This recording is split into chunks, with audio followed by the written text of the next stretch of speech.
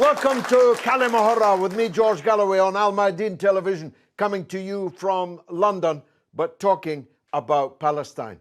An audience of distinguished experts and one or two enthusiastic amateurs like me. In the beginning, there was only Palestine.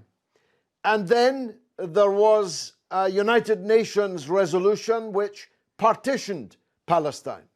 And then there was the borders that existed after the State of Israel was founded in 1948. Then there were the Israeli borders after their war on their neighbors in 1967. In the decades, half-century since, these borders have not changed, but the millions of Palestinian people living in the land that was once Palestine, then partitioned Palestine, then occupied Palestine, have of course grown and grown.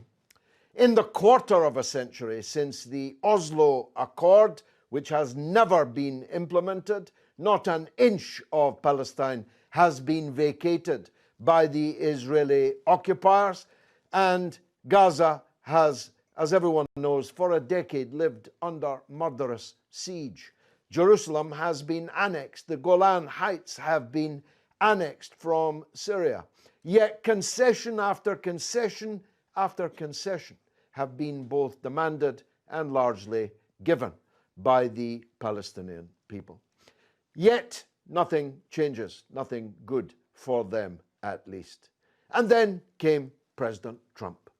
Now, if you think President Trump is a snake oil salesman from whom you wouldn't buy a second-hand car, you should take a look at his son-in-law. Jared Kushner is in charge of the deal of the century. And if you believe that, I've got a bridge here in London that I could sell you at a knockdown price.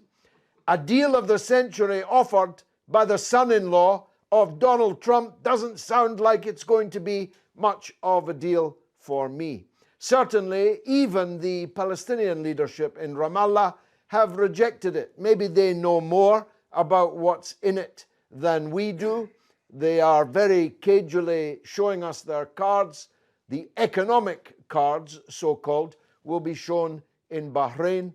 The political cards, the geographical cards, the topographical cards, the cards of what the Palestine Jared Kushner has in mind will be released later. But he gave us a hint when he said that maybe in time the Palestinian people will be capable of governing themselves. Straight from the lexicon of colonial powers everywhere and at all times. The Palestinians are not really occupied, it's just that they're children. They are really not developed enough to govern themselves. So that's as good a clue as we've seen so far of what Jared Kushner has in mind. He has the full support, of course, of Netanyahu's Israel. He has the full support of Israel's friends around the world, powerful lobbies in many countries, most countries, maybe all countries, are working to assure us that this deal of the century really will be the kind of deal described in President Trump's book, The Deal, as having something in it for everyone.